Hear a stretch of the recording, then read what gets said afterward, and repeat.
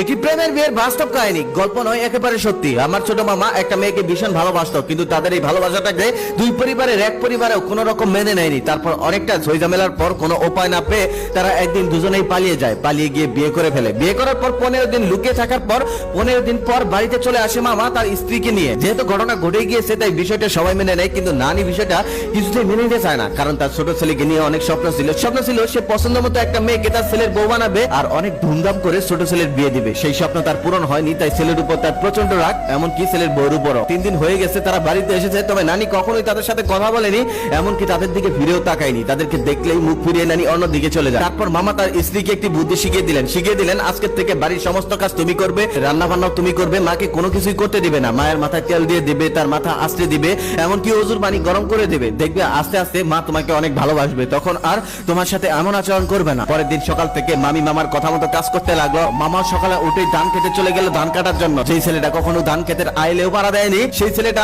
ধান কাটতে চলে গেছে শুধুমাত্র সবার মন রক্ষা করার জন্য। তারপর সে ধান কাটতে শুরু করলো। প্রচন্ড রোদে কিছুতেই সে সহ্য করতে পারে না, কারণ যে ছেলেটা জীবনে কখনো ধান খেতে নামেনি সেই ছেলেটা ধান কাটছে শুধুমাত্র প্রেম করে বিয়ে করেছে বলে। তারপর প্রচন্ড রোদে ধান কাটতে কাটতে তার মাথা এমনিতেই নষ্ট হয়ে গেছে। এদিকে দুপুর হওয়ার আগেই সে ক্ষুধায় মরে যাচ্ছে। তারপর কোন রকম দুপুর হওয়ার পর সে খাওয়ার জন্য বাড়িতে আসলো। বাড়িতে এসে খেতে বসেই দেখলো ভাতের চাল ফোটেনি, তরকারিতে লবণ হয়নি, ডালে শুধু পানি ভাসতেছে। এমনিতেই তার মেজাজটা গরম। তারপর সে চিৎকার করে বলতে লাগলো, এগুলো কে রান্না করেছে, এগুলো কি খাওয়া যায়? তারপর নানি দৌড়ে এসে বলল, এগুলো তোর বই রান্না করেছে। তখন সে মাথা নিচু করে বলল, ভালোই তো হয়েছে, অনেক সুন্দর হয়েছে। কিছু কইতেও পারতেছে না, কিছু সইতেও পারতেছে না। তারপর সে চুপচাপ সেগুলোই খেয়ে নিল। এখন আর কি করার, বিয়ে তো সে পছন্দ মতো করে নিয়েছে, খেতে তো হবেই। হায়রে প্রেমের বিয়ে। তারপর থেকে এই মামা মামির অনেক কিছু সহ্য করে নিয়েছে, কারণ মামি ছিল ধনী পরিবারের একমাত্র মেয়ে, যে কিনা জীবনে কখনো প্লেট দিয়েও ভাত খায়নি। সে আজ রান্না করেছে, বাড়ির সমস্ত কাজ করেছে শুধুমাত্র প্রেম করে বিয়ে করে পরিবারের মন জয় করার জন্য। মামি একটা কাজ করতে গেলে সেই কাজটা ভুল করে আরো কাজ বাড়িয়ে দিত। তারপরে মামা চোখ বন্ধ করে সবকিছু সহ্য করে নিত। এদিকে নানি প্যান প্যান করতো,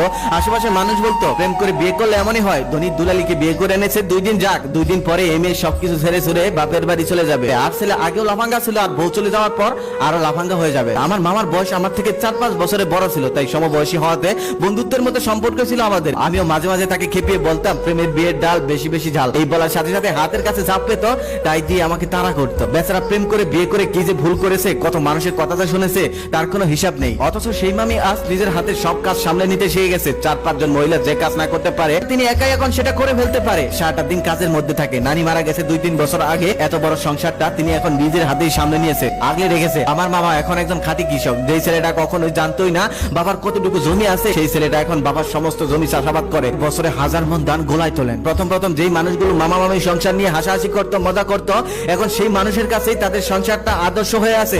তারা শিখিয়ে দিয়েছে কিভাবে একসাথে থাকতে হয়, কিভাবে সবাইকে দেখে শুনে রাখতে হয়, কিভাবে সংসার গোছাতে হয়। এটা তাদেরকে না দেখলে যেন বোঝাই যেত না। কোটিপতি বাবার একমাত্র মেয়ে, যে কিনা ভালোবাসার হাতে পড়ে আর সংসারে হয়ে গেছে, দিব্যি সুখে শান্তিতে সংসার করছে। আমার মামা ছিল বাড়ির সব থেকে ছোট ছেলে, আদরের, যে কিনা জীবনে কখনো একটা কাজে হাত দেয়নি, যে কিনা সারাদিন ঘুরে বেড়াতো। সেই ছেলেটাও আজ পুরো সংসারী হয়ে গেছে। প্রেম মানুষকে বদলে দেয়, আবার প্রেম মানুষের থেকে অনেক কিছু কেড়ে নেয়। যে কথাটা না বললেই নয়, আমাদের সমাজের মানুষ বলে প্রেম করে বিয়ে করলে রূপবতী বউ পাওয়া যায়, তবে গুণবতী বউ পাওয়া যায় না। এই ধারণাটা সম্পূর্ণ ভুল। কারণ একটা মেয়ে যখন বাবা বাড়ি থেকে শ্বশুর বাড়ি আসে তখন সে সবকিছু শিখে আসে না, কারণ মেয়েদেরকে মা যত্ন করে রাখে, তারা গরিব হোক বা ধনী। তাই একটা মেয়েকে বিয়ের পর তার শাশুড়ি বুঝিয়ে নেওয়া উচিত, বা শ্বশুর বাড়ির অন্য মানুষের। একদিন তারা অবশ্যই অনেক সুন্দর রান্না করতে পারবে, একদম মায়ের মতো। সেই পর্যন্ত যেতে হলে তাদেরকে একটু গাইড দেওয়া দরকার। কিন্তু আমাদের সমাজে প্রেম করে বিয়ে করলে বাবা মা দেখতেই পারে না, গাইড দিবে আবার কি? হয়তো ছেলে মেয়ের চাপে পড়ে বাবা মা অনেক সময় প্রেমের বিয়েটাকে মেনে নেয়, কিন্তু বউকে তেমন একটা দেখতে পায় না, আর তাকে সাহায্য করে না। আর এই কারণে সে সুন্দর করে রান্নাও করতে পারে না, কাজও শিখতে পারে না। কারণ একটা মেয়েকে শিখাতে হয়, কেউ কখনোই মায়ের পেট থেকে শিখে আসে না। আরো একটা কথা, বিয়েতে ছেলে মেয়ের মত নেওয়া অবশ্যই জরুরি, কারণ সারাটা জীবন তারাই দুজন পাশাপাশি থাকবে, আপনারা না।